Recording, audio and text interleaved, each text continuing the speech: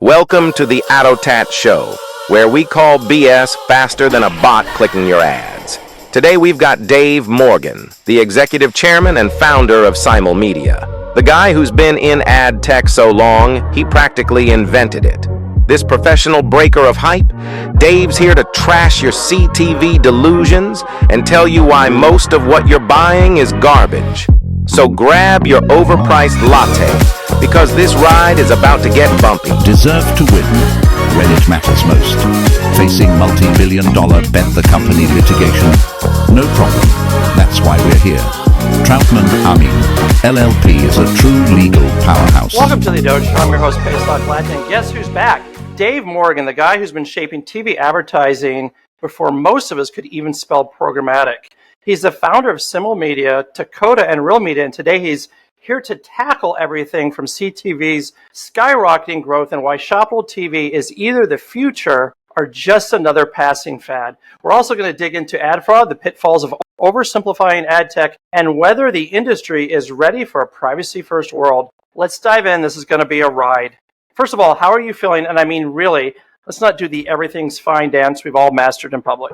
Basically, I'm doing well. I mean, I'm very much an optimist, so I wake up every morning and it's like I'm alive and I'm awake, and things are good. There's a lot going on in the industry. I think making the right decisions right now is hard. There's a lot depending on what you do. So I would say I've probably not. I certainly feel like there's a lot of weight on the decisions I make right now, and that's always a little bit of anxiety and pressure. But I'm also I'm definitely a glass half full person, so I make sure that I'm happy and going for it every day. So spill it. What's the big stressors these days? I mean, you're not working in the ad tech industry if you're not up at 2 a.m. I think the stressors are there's really big disconnects between. I even had this conversation just an hour ago at lunch with a CEO of a significant company in the sector. There's a lot of gaps between rhetoric and reality, and you've really got to sort through it. I think it is what I like about your work. Your work is you're one of the few that are truly trying to cut to what's happening, what's really behind it. 90% of what you read in the trades in our industry is totally wrong and empty and superfluous fluff and doesn't reflect stuff. And unfortunately, that drives a lot of expectations of people in the market, everything from public investors, private investors, vendors, suppliers. So a big stressor is just helping like calm people down and say, stay focused, get it done. Don't listen to what's going on over here. Don't get what's going on over here. That's a big one. Politics and all of the conflict in the world is really hard on a lot of people, and that creates a lot of stress for a lot of people. And I think the U.S. workforce is still trying to figure out what a post-COVID workday looks like, and that's a significant issue. So what do you think the biggest misconception that you're hearing about the CTV industry is right now? That it's easy, that you can push a button and just get it, that It actually can be cheap and be this amazing performance media that's going to be every single thing you ever thought digital could be next because it's on TV, that there is this notion that there's any notion of an open web on CTV. There isn't. If you really look at the data and what's really on a TV, it's actually really real video that owns people's attention on a TV. It's all controlled by 9 companies. And if it's not being delivered by one of those 9 companies or someone with a direct relationship to those 9 companies, it probably isn't real. They say there's $30 billion in ad spend expected in the U.S. this year alone, a lot of it on CTV. It's like we're printing cash. Are we actually prepared for the infrastructure that the growth needs? Or is this kind of like a build it now, fix it later? It's build it now, fix it later, or don't build it now, tell people you did and hope you fix it later. For example, we're seeing a lot of growth in sports. No one's actually got a real-time ad server working in sports on CTV, and the issues of having latency, slowing it down by delivering it with a bad piece of tech is so bad, almost all of those ads are stitched in ahead of time. And that's a real problem for our industry and not being able to exploit the dynamism of the media. They're treating it like linear because they need to. That's not being talked about. We're not talking about the fact that outstream video is frequently being misclassified and reclassified accidentally as in-stream video on a CTV and 10xing its price. So that's a real issue. The idea that there's really 15 DSPs that actually have access to high quality, DSPs integrated with SSPs that actually have access to real high quality, real-time CTV inventory at real scale. It's just not true. It's not. So where are we cutting corners that will come back to bite us? We're focusing on the price. We're basically letting a lot of people push pricing down and say, oh, you want cheap, I'll give you cheap, and actually you give them fake stuff, and then you burn people in the market. We're promising stuff that just cannot be delivered. One, the deniability that people you can get with using programmatic is a real problem, because you say, hey, well, I bought it here. That's what they said it was. But of course, that's 2 hops away from something else that just got changed and changed and changed. The lack of integrity, loss of integrity. I hope it's loss, not just lack. One of the things programmatic has given everybody is this deniability, when in fact, we all should know better. And so when you hand buy, hand sell media with a human being and actually watch it deliver, have you and your clients, an agency, watch it deliver together, you build trust, and we build a medium. And we're not doing that today. We have an idea that the easy button and the low price is reality, and it's not. And then people go on to the next thing. And way too many people that are now doing CTV have been trained only with some in banner programmatic or web video programmatic and social and search. And they actually think that's advertising. They actually think that's like how brands are built and butts are put in seats and products are moved off shelves, and it's not. Settle for dusty old school TV ads when you could be turning heads with Origin. Imagine zero-code solutions that make setting up your CTV campaigns faster than a double espresso shot. Origin brings dynamic, captivating ads in the living room and outside the home, with ad formats designed to grab eyeballs and stop thumbs from scrolling. Origin isn't just about reach, it's about results, like a jaw-dropping 883% lift in viewer attention. Don't just get noticed, get remembered. Visit originmedia.tv and start your ad revolution today. Speaking of products off shelves, Shoppable TV is the big buzzword right now. We've got Roku teaming with DoorDash. Amazon is pushing shoppable content and supposed to blur the line between entertainment and retail. But are we actually creating new consumer experiences, or are we just slapping a shopping cart on your Netflix binge watch? We're slapping a shopping cart on your Netflix binge watch. I do believe we are going to see some real shoppable TV come in, but let's also look at where it's been effective before, like QVC, and look at this kind of programming and what it is. And we may not see that as sexy, but that's reality. So we are not yet in this experiential area where we're really actually making things better. Now, I have a lot that Amazon is going to help here a lot. I think that not everyone would say the Amazon e-commerce experience is just the be-all, end-all, delightful. I just can't wait to go back in there. But we all go back in there all the time, and we buy a lot of things because it works really well. I think they're going to make it work really well with what they're doing. But they're also doing a lot of real integrations, like in football, in the stadiums. They're doing a lot of things that actually understand real shopping. I would look a lot at Walmart Connect, and their other businesses. I think that when I talk to Ryan Mayward, who's driving revenue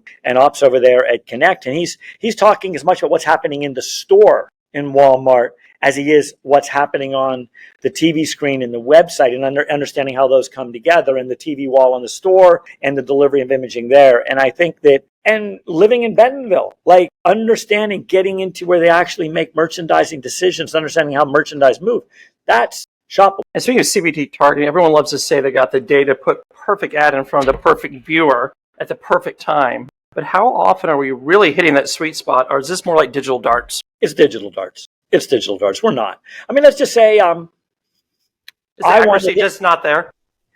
It's just not. It's not there, and the reason it's not there is a lot of it. There is faux precision because it's being sold in. So somebody will say, "Oh, well, because of privacy reasons, I don't have a direct connection to that TV or the person registered or signed on the programmer. I'm pulling an IP address or something out of the bid log. I can't exactly match it, so I do a lookalike match." And I take my lookalike match and then I flip it to one of these data suppliers, and then they say, hey, 2,000 people, sort of the 2,000 addresses look something like these 20,000 addresses. So I'm now going to give you emails of those 20,000 addresses. Then that company, actual email addresses, uses that as the linkage point. Then they say, I'm giving you absolutely precision targeting of these people in Collegeville, Pennsylvania. And you're going to be able to reach like 20,000 of them. And if you're lucky, of those 20,000, 20 people will be in Collegeville. 200 will be in the greater standard metropolitan statistical area of Philadelphia and the suburbs and the greater 5 counties, plus Delaware and South Jersey. And the other 60% will be either non-existent or halfway across the US. And yet the person said, no, I bought exact email address, email linked targeting. I know that's the best thing possible. They never actually wanted to know how the black box worked, to peel away the layers as to how they were given this precise target that in fact was based on 5 different probabilistic pieces that was then sold to them as deterministic, and they paid 25% of the campaign to that data supply. How accurate is the target if we could put a percentage on it? Is it 10% accurate, 50% accurate? Well, I would say relative to what's being sold is probably 10%, unless you buy it direct from someone with really good data. Amazon, I bet you they're at 60, 70%. Netflix, to the extent they can, and they're not doing much, I think, because of the wall they've built right now around their data until they get their full stack up. I bet you it has the capacity when they leverage all their data to be 100%. I think that'll be one of their real advantages. If I'm buying it out on LG TV ads from Surgemata and I'm using it off of their data set, I'm probably at 90+%. So I want to talk a little bit more about the easy button mentality that you've talked about before that's taking over the ad tech world. Every platform and tool is marketed as a one-click miracle that will solve all your problems. But this industry, as we know, has never been that simple. Is this just lazy marketing? Are we just actually simplifying things to the point of breaking? Yeah, and while I will blame tech leaders and companies for being sloppily subservient to agents and marketers, it is absolutely lazy marketing. And I think there's a few things going on. One, the actual head of marketing at the enterprises, their media, which probably used to represent 50% of their time 20 years ago, represents 5 or 10% today. They're as much focused on corporate communications and their social strategy and the promotion giveaway strategy and a whole bunch of other things that is probably one of the reasons why they turn over so fast, because they're actually, they're not even a jack of all trades or a Jill of all trades. They're really spread aggressive.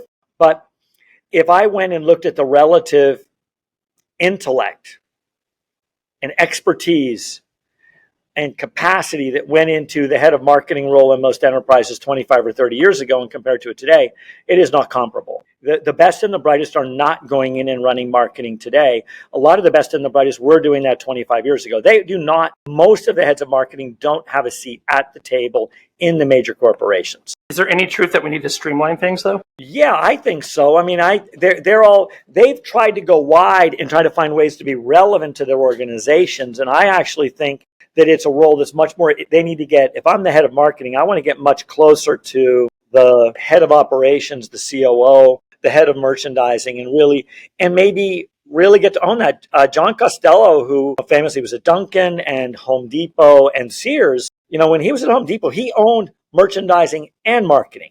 Like, we don't have many people that are marketers today that do that. When Phil Garasio took over the General Motors, the first $1 billion media guy, ad guy, he was the guy who funded OnStar navigation in the cars, recognizing that would be a great way to build a customer-driver connection in a market where you had no relationship in retail because you sold through dealers. He's the guy that signed up and underwrote the launch of the General Motors credit card, knowing that was another way to build a direct consumer relationship. And he owned the P&L, made the case to the CEO, and drove it through. I don't know who's doing that in marketing today. They're not carrying the CMO title. They're much more comfortable being a cost center and a PR promotion machine, many times for themselves, than they are for really driving the brand and growing sales. So the programmatic supply chain is getting more bloated than an all-you-can-eat buffet. Do we really need all these middlemen? Are we just overcomplicating the process to justify more fees? We do not need all of the intermediaries. I keep hoping and wishing that we're just going to see them all get sucked out of the market, but we have a lot of things that keep them in the market, because if they put an obfuscation layer on what you're really doing that you don't want to know, a lot of people are pretty happy with that. If they're an easy button provider sitting on top of a mechanical Turk of a lot of other things, a lot of people are happy to have that. Provide some faux precision to something that's blunt. a lot of people are happy to have that, and they don't have either the intellectual curiosity, the intellectual ability, or maybe just the desire to actually know what's going on in between. And then, of course, what they do is they create margin without having cost in it, and then they share that margin to people that are actually managing, controlling demand opaquely so that the demand comes their way. They split the margins, and that keeps them in play. Do you think that brands and buyers have any idea how much waste is actually in the system? No. And I don't think they want to, because, and it's tough for the buyers. They have lower and lower fees given to them, and they have higher and higher expectations. So they'll just shovel stuff that they have to do, they feel, because it makes them look good. The brands don't, but if anyone exposes like how badly they're getting or what they're doing, then they feel that that's going to get them fired. So they don't really want that to happen. Now, I give a lot of credit to the ANA and Bob Leodis and Bill Duggan and the team there. They're constantly trying to help their board members and clients understand what's going on in the supply chain. But every single time they give sort of peeks into some of the disasters, their members all freak out because they don't want their bosses and investors and shareholders to know. It's hard. I think they've done an amazing job. Actually, how much is just illusion of control then? A lot. I think that, and I don't want to paint everybody that the whole marketplace and all the people. There's a lot of people that really are doing the best job they possibly can and spending their money well, but it's hard. And I think that a lot of the things are like sort of like, a lot of people like to be in the reindeer games, and they want to be on the podium and at the pulpit and being the one pontificating, and that's become value. I don't see many CEOs go to events with a bunch of CEOs to talk on stage about what great CEOs they are. But I do see a lot of CMOs and heads of media and media buying people do that every single day, and then talk to their vendors who blow smoke up their butts and then give them big awards for all those things and pay for it out of the margins they take. I don't see that from CEOs, CFOs, or COOs. Like when they show up, they talk to their owners, investors, shareholders. When they show up, they talk to the people that make the markets, the analysts. When they show up, they talk to their franchisors, their channel partners, the people that are their suppliers in raw materials or manufacturing. We live in this like weird, fluffy ether that I hope gets increasingly penetrated over these next years. Let's get a little bit into the dark stuff. Fraud and self-dealing. Everyone knows it's happening, but nobody really wants to talk about it. Is the industry ever going to clean itself up? Or we have gone too far down the rabbit hole of shady deals and backroom handshakes? It scares me. When you ask me the kinds of thing I worry about that. Yeah, if you talk about it, I mean, I think I can easily say I'm one of the few people that's pretty visible in the industry that openly talks about the undisclosed rebates, the amounts of money that are going to those. I mean, I just heard one last week that a significant company in the CTV space and DSP is just inked a 50% rebate deal on CTV with a large holdco at $20 and sub $20 CPMs. You can't actually deliver real stuff at that price. Is that admitting that half of their stuff is which junk? Has to be. It has to, more than half has to be fake for them to get a margin. So they have to actually get 2/3 of it fake to even have a chance to make it work. And the problem is, forget how we feel about it morally and ethically, and I don't want anyone to, because that's the way the world should actually drive us to say, let's just do the right thing. But even setting that aside, how can it possibly be smart business to pay so much to acquire revenue that is hollow and empty, knowing that every single quarter you've kicked it down the road, it gets harder and harder and it dies? It is such short-termism of self-dealing that you have to wonder, do people have any confidence in themselves to be able to really do something valuable tomorrow or next week or next month or next quarter? Because if they did and they cared, they would say, my God, I got to stop. What am I doing? Do you think the system's just too lucrative to fail? Yeah, well, the system has so many leaks and is so trusted by people who just either aren't smart enough or aren't curious enough or aren't incented enough to know how it goes on inside, that they keep doing it. And I would say, and I don't want to make this a cultural issue or a national issue, but one of the things that changed in digital from the way that advertising and media was handled in the United States is that there are a lot of legal, structural, and cultural ways of doing media outside the United States that 100% include those kinds of dealing, because you have a couple properties, they are owned by, monopolists, national interests, oligarchs in those places, and that's how the business works. And so when those companies started globalizing, and then the media companies, media suppliers started globalizing, we found ourselves going down to moving in as unethical as the most unethical entity, which is if it is a practice in Spain to rebate X amount and everyone knows it goes on and that's just the way the business is done. And then you bring that practice, which is in fact the case, and you bring that practice into the US on a global deal. For the first bit, no one's just sort of believes, did they really say that? Did they really ask me that? Did people really do that? And then it becomes the practice. And everyone's like, well, I guess that's how we do it. And that's the business. And at some point you have to say, it is an issue in global trade. There's very different standards of how products are brokered, sold, what's an authentic product, what's not. There's a lot of markets hey, you get, buyer beware, whatever happens, and I get to keep my margin. There's some other markets where you're no, actually, we sort of self-control ourselves and self-regulate ourselves, which is what I testified in front of Congress 15, 18 years ago, talking about why we should self-regulate. We should be permitted to self-regulate in privacy. And if I had to go back and redo my testimony, I would say, with my hindsight now, I would say, I don't think you can trust us. We should self-regulate. You shouldn't over-regulate. But now I can say, I don't know that you can trust us. So imagine you could take total control of the industry for a day. What would your Transparency Bill of Rights look like? What rules would you enforce to clean up the industry? Let's just say you're industry dictator. I would say that every buyer and agent of media is entitled to full transparency as to the content and placement of their ads. Number two, they are entitled to full transparency as to all intermediaries and owners of that media unit in between. They are entitled to full transparency of all media payments, discounts, commissions paid for or participating in anyone in the entities actually doing the transaction and related entities, which might be parent companies or subsidiaries or sibling entities. And the consumers are entitled to full transparency as to what data is being collected and the ability to affirmatively have to opt in and not just to opt. And that has to live with that data, and consumers have to consent if in fact it's transacted with or handed off to another entity. So let's talk a little bit about privacy. Everyone says they're prioritizing. With the third-party cookies on the way out, it feels like most brands are really scrambling. Are we really moving towards a privacy-first future, or are we just slapping a Band-Aid on everything? I think that we have very few companies operating in our ecosystem that actually wake up every day and say, I want to protect privacy. I want to actually give value to them. I want to give them more relevance, and I want to do it transparently with notice and consent.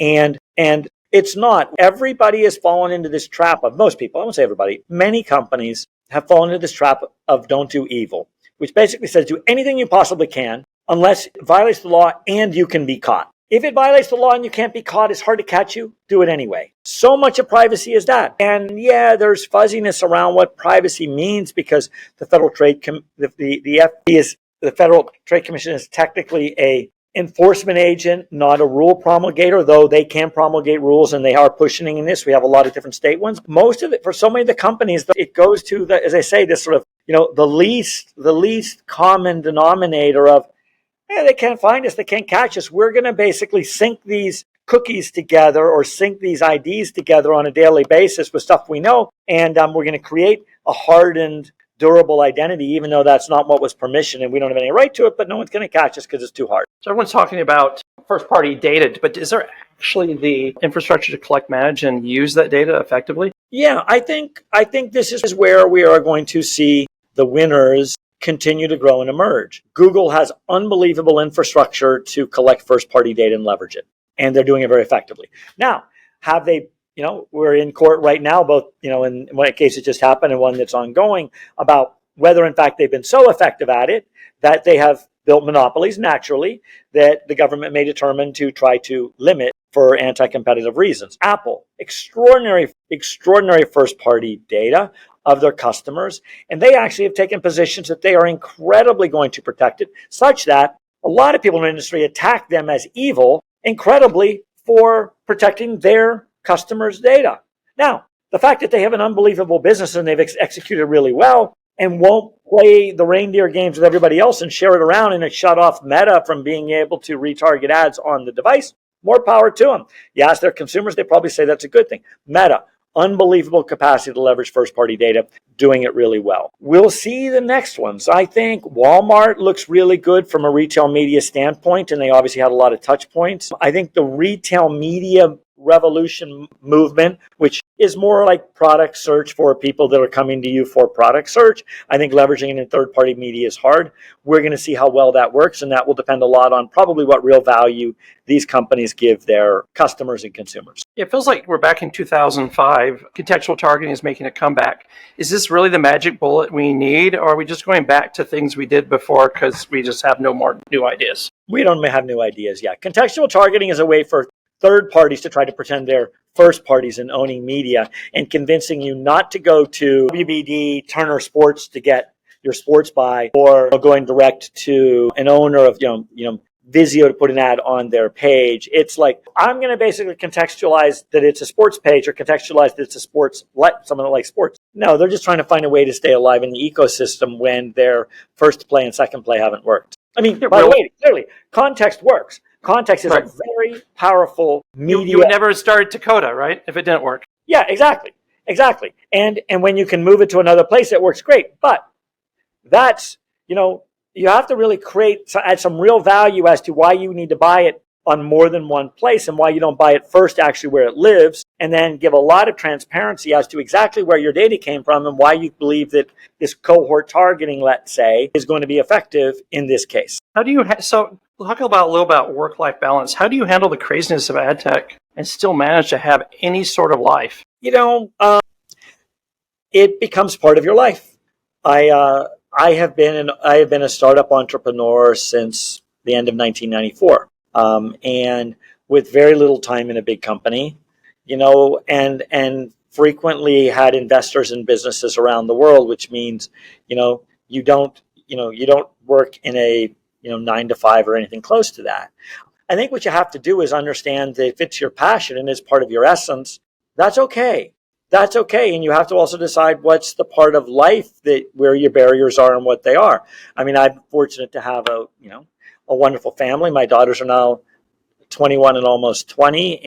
I got to spend a lot of time with them in the ways and times I wanted to. I tried to have a race all the time to change more diapers than my wife. I thought it was pretty successful. As she says, I didn't win the battle, but at least I did try to in the middle of the night. I think you have to understand that. But, that's not for everybody. That's only for certain people that really can do it, and you can't do it all of the time. So I think you have to know what's important to you. I think you have to understand what's important to you spiritually, what's important to you personally. I think you have to understand what work means to you. For me, the mission of solving problems in this industry matters to me. And that's one of the reasons why I have absolutely hurt the economics of my business over the last decade by talking openly about the problems in fraud and payments. And you can imagine my employees and shareholders and board members have not been happy about it many times. Like, Dave, why are you saying that?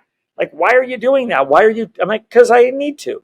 It's part of my essence. But I always tell people all the time that like in a startup, you get your off-road phase, your dirt road phase, your paved road phase, your highway phase, divided highway phase, Audubon phase. Sometimes you go backwards a little bit. Not everybody works in all levels of that. Not everyone advances up to them. Some people that are on the Audubon, they need to know exactly when does work start, when does it stop, what's in it for me, what's not. I think that you've got to have a lot of self-awareness about your health. You've got to have a lot of self-awareness about how you're feeling that day. I had an amazing conversation with the CEO of Verizon, who was a professional handball player and Olympian. And every morning he gets up and he actually rates himself on 5 different psychological, physical characteristics on the 1 to 10 basis.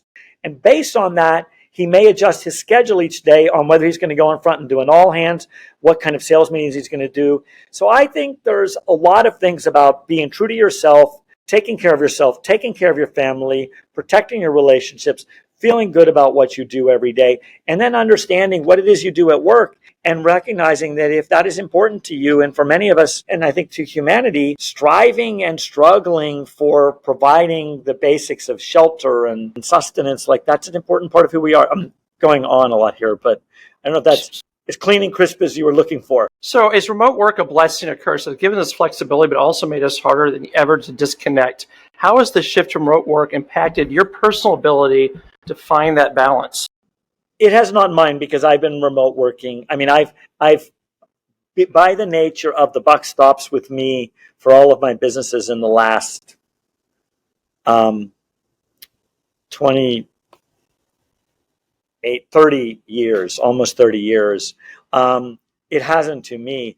Remote work has actually impacted my ability to be as effective of a leader and manager as I used to be, because a lot of my techniques and approaches have really depended on flashing people together, non-scheduled opportunities, non-verbal communication, not the 30-minute meeting, the 3-minute meeting, the 2-minute chat by the water cooler, the mentoring that you give at the new hire that knows to show up at the office at 7 in the morning because you're going to be there, and hangs out at 7 in the evening because they know you're going to be there, and they can catch you when they've got a moment, and they can talk to you and try to learn from you. They can model on you.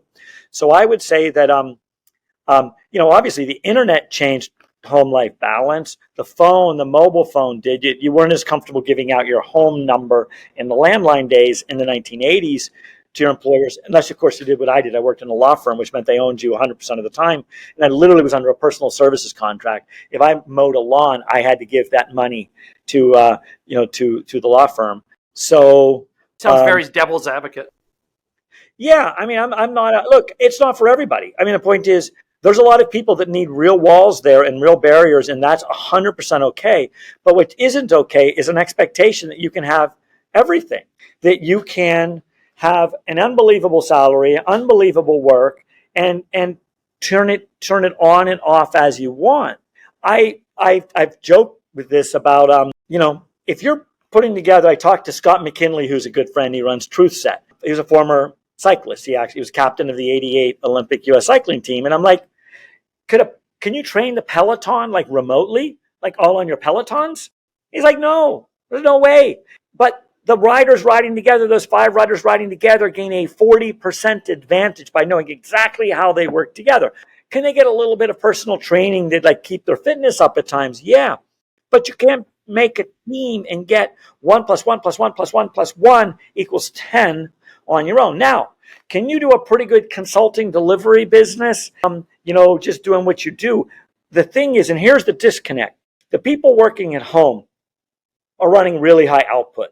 They're like, hey, I'm getting more done than ever. And I'm like, yeah, but is your colleague getting more done together with you? And are you getting all of the synergistic effect from it? Not always. And so I really worry for the people entering the industry. When I was a young lawyer, when I started working and started my companies, the amount of time I got by catching a person at a moment that I could model on and watch, I could see how they handled a call. They could pull me into something to lurk in the back of the room and listen to how they talked about it. We had to drive places together and got to listen and just chat about what we were doing.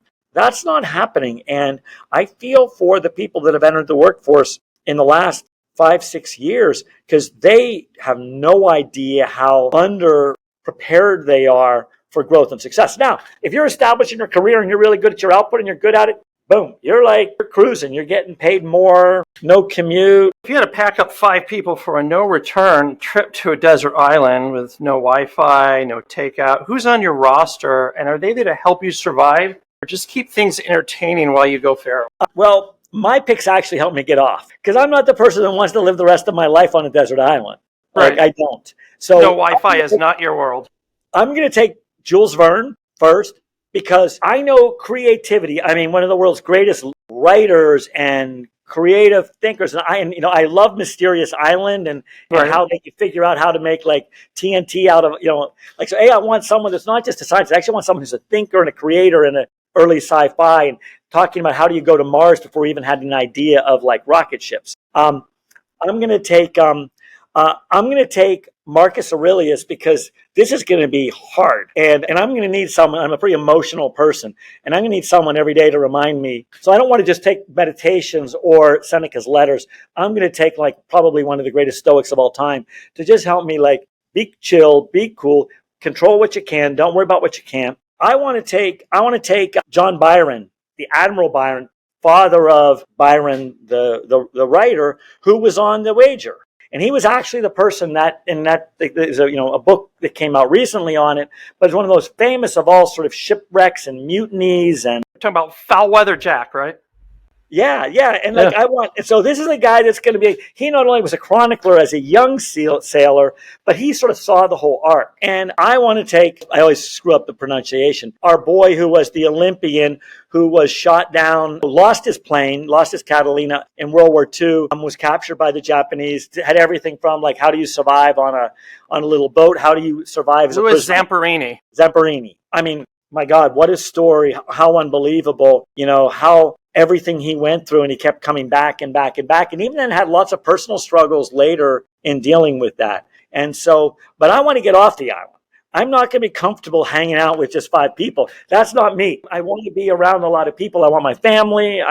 So I need to find a way to get off the island, and I got to take the people that'll help me do it. So everyone has a Yoda, that one person who taught the way of the force in this crazy world of adtech. Who is yours, and what was the most valuable lesson they taught you that stuck with you just to this day? Well, I've been fortunate to have a number of different ones for different elements. And I was not an advertising person when I joined this industry. I was a lawyer and sort of like tech strategist in the newspaper industry. And so when I really came into this, when I tried to understand how advertising works and what advertising does and how brand works, Bob DeSena, that guy, like you sit down with him, he is a scholar, he's like a professor, he's a truth teller. And I would check in with him like, hey, Bob, am I missing something? And he's like, look, Dave, you got to understand the world's like the one thing he always reminded me of, and when I go check in with him on it, I'm like, how do I reach someone? How do I reach a target customer? How do I convince them? How does the advertising work? He's like, everybody thinks it's desired features. It never is. Lots of people say it's desired benefits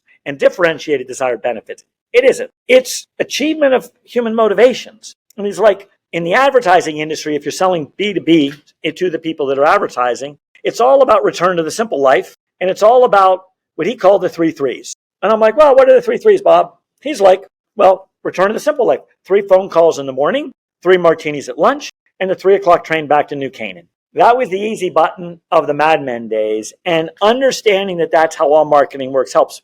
But I also have people, if it's a measurement issue and understanding how that, Bill Harvey, the only man I know, because he invented the ADI, which was the predecessor to the DMA, and he's still active in our industry. He is still the leading media audience measurement person, bar none. And this is after he invented something in the early 1960s, late 1950s, that is one of the most fundamental things in marketing, which was an idea that geography didn't design a local region for advertising.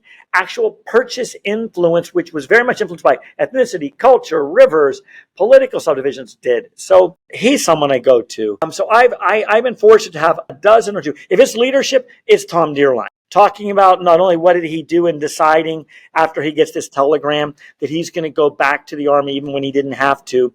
And then he's going to go into Iraq, and he's going to run Sadr City, and he's going to be part of the surge, and he's going to go win the hearts and minds by helping have all of us get soccer balls and vitamins he can give out to kids, and then how he survives a sniper attack and a 50 caliber round going through his spine. He worked for you for a while, right?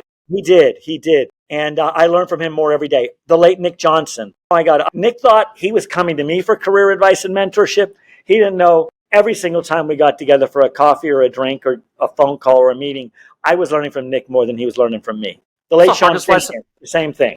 What's the hardest lesson that you were ever taught? One that stung at the time but really stuck with you? I would say I think sometimes I'm a really good listener, and I didn't realize I've had a number of times where I've really selectively listened and made a decision and repeated something back. And quite frankly, that's where guys like Tom Dearline and Nick Johnson and Sean Finnegan and people like that I've had in my life. John Durham.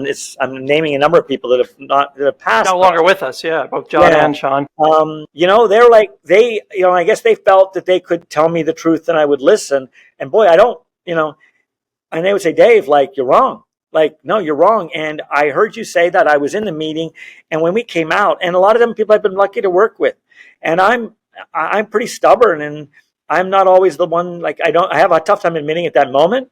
And but I always tell people I have a 24-hour rule. Like, just recognize I may be really pushed back, and then just within 24 hours I may come back. And so I would say a lot of times thinking that I heard someone right, I understood something, and that I was right, and I was totally wrong. And do you think the art of mentorship is dying in our industry of mentorship? Yeah, I think it is. I think we celebrate the wrong people for the wrong reasons, and we have a lot of people chasing people in ways and putting people on pedestals they shouldn't. I think we really should. We should celebrate. I think the CEO, we celebrate the one who puts up big numbers. We celebrate people that are seen of like having the great exit or starting the unicorn. We're not celebrating the people that are the builders, that are the doers. I think we're not celebrating people. I mean, public service. We've not been having, because we've all been able to make a lot of money in our businesses in the last 4 decades, the number of people that have actually gone and worked for the government, for public service, have committed part of their lives to that is way too few. And that includes me. You've been there, you know how good and strong the people that work in our government agencies and entities and how committed they are and how badly they are treated so often.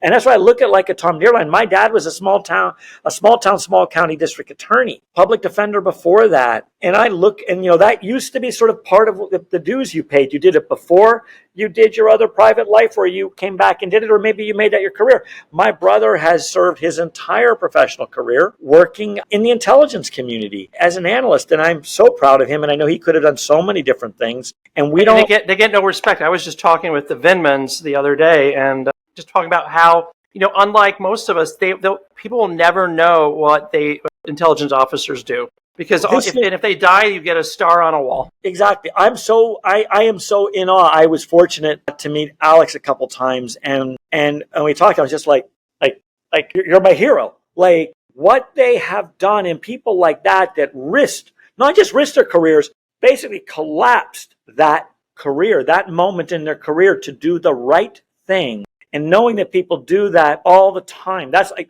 I'm maybe a broken record here, but Tom Dearline, after being told he had to report when the government finally figured out that they had done the wrong thing, and then was told he did not have to leave his whole life behind, and he didn't have to go serve because they'd made a mistake. And his father, who was longtime military, said, Tom, you never can trust the government. It was like, go back to your life and your career. And he's like, no. I signed an oath when I went to West Point. I signed an oath as an officer, and damn it, I'm going to do the right thing and go. And so I would say mentorship is one of the areas we don't look to our teachers and realize the amazing work that our educators do, the amazing work that government officials do every day. And I think that we too celebrate the wrong celebrities for mentorship, and we listen to their 5 ways to get rich and 5 ways to do life better. We don't celebrate our religious leaders and those that are really important in our lives, that are available to understand our faith. And I've always been fortunate. I've never been an overtly religious person, but my faith is so important to me, and what I believe in, and what I believe are sort of what the role of faith. Too few people like recheck themselves on that every day, every week, and spend time with people in those areas. What's the most important thing that you think you've passed on to someone else? Have you had a moment where you got to pay it forward and mentor someone within a meaningful way? Yeah, I've been fortunate. I try to spend at least 10 or 15% of my time talking to people that are in career crossroads. Right. Now, I do that for one self-interested way, which is I'm always recruiting. I also do that because I had a lot of people that did that for me, but it means I get to constantly interact. And like I just got a note from someone who said, hey, can we talk? 9 years ago, I came to you, I was connected to this person. We talked about, I was making a change in the career. You connect me to this other person. And oh, by the way, I've been at this company for 8.5 years and now it's time again. And I'm like, and I've not even seen him, I don't think, since. And I'm looking forward to that. I would say the piece of advice that I try to give is most of the times when I'm talking to people, their hair's on fire because they're in this big life stage change. They've maybe losing a job, questioning their career move, wondering about the future of their company. They don't feel they're achieving what they thought they might achieve. They're about to get married. They're about to have children. They're going to move a city. They're getting divorced. And I try to be the one. And so the advice I try to give people is it'll be okay. It'll be okay. Like, get to tomorrow. It's going to be okay. You have control. And I think it's just a lot of times letting them know the pieces they have control and also letting them know, this is why I need Marcus Aurelius with me, letting them know what they don't have control over and how little they should let that dictate their lives and let them understand where they do have levers that matter. So, yeah, Fred Godfrey wanted you to know that he listened to your great advice and he listened to every word from earlier this year. He's great. I only get happier and feel better about life when I talk to Fred. And I love people that have passions that are not our business. Energy, has so much energy. He has so much energy. He's so giving. And, we ended up getting to know each other because we both missed flights from an event. We were in Puerto Rico and we were like, let's sit and have a drink and talk. And we talked for a couple hours and learning about his passion of photography and travel and what that means to him. That's everything. I just had this conversation with Sean Ricksecker, who based at Central. Now, I was lucky that Sean and I worked together back in the 90s. I moved him to Chicago. So he was asking me about what are you doing, that you were doing differently about when you're talking to people and meeting them. I said, I try to spend more time with each person. I don't want to just go to a meeting and say, I got to get through this business thing. I want a couple hours. I literally just went and spent a whole late afternoon, evening with Sean and talking about the importance of advertising in society and what the $1 trillion ad industry can do to make a difference and where we're failing consumers and we're failing publishers. And oh my God, I felt so much better with that because not only it would make sense, we've worked together, we share a lot of similar passions, we care more. It made me feel even more motivated about solving this mission and not leaving this mission unsolved because we have a real problem in that we've hollowed out this horrific disintermediation of real journalism and real quality content and real results for real marketers from real publishers has created real downstream effects in society. And we have responsibility to fix that. It's like those kinds of conversations. And it was nice. Literally, I saw Sean last week again, and he reminded me that he came to me with his vision and mission for central basis and even bigger than that, societal fixes.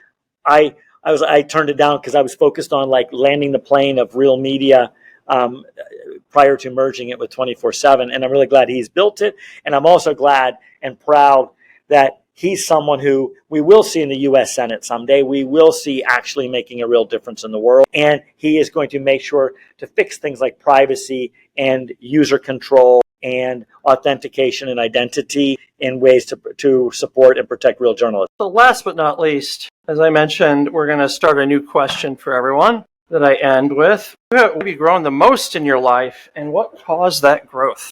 It's hard to say a most, but I will say that when I saw the birth of my first child, I knew why I did what I did. And I would say that a lot of my life was reordered from that. And I will be very clear about that. That doesn't require a biological birth.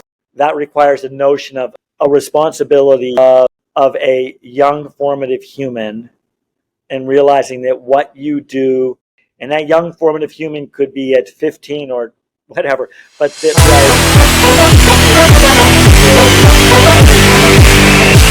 And that's a wrap on the ADOTAT Show. Huge thanks to Dave Morgan for swinging by and dropping truth bombs harder than a bot inflating your ad metrics. Big love to our sponsors.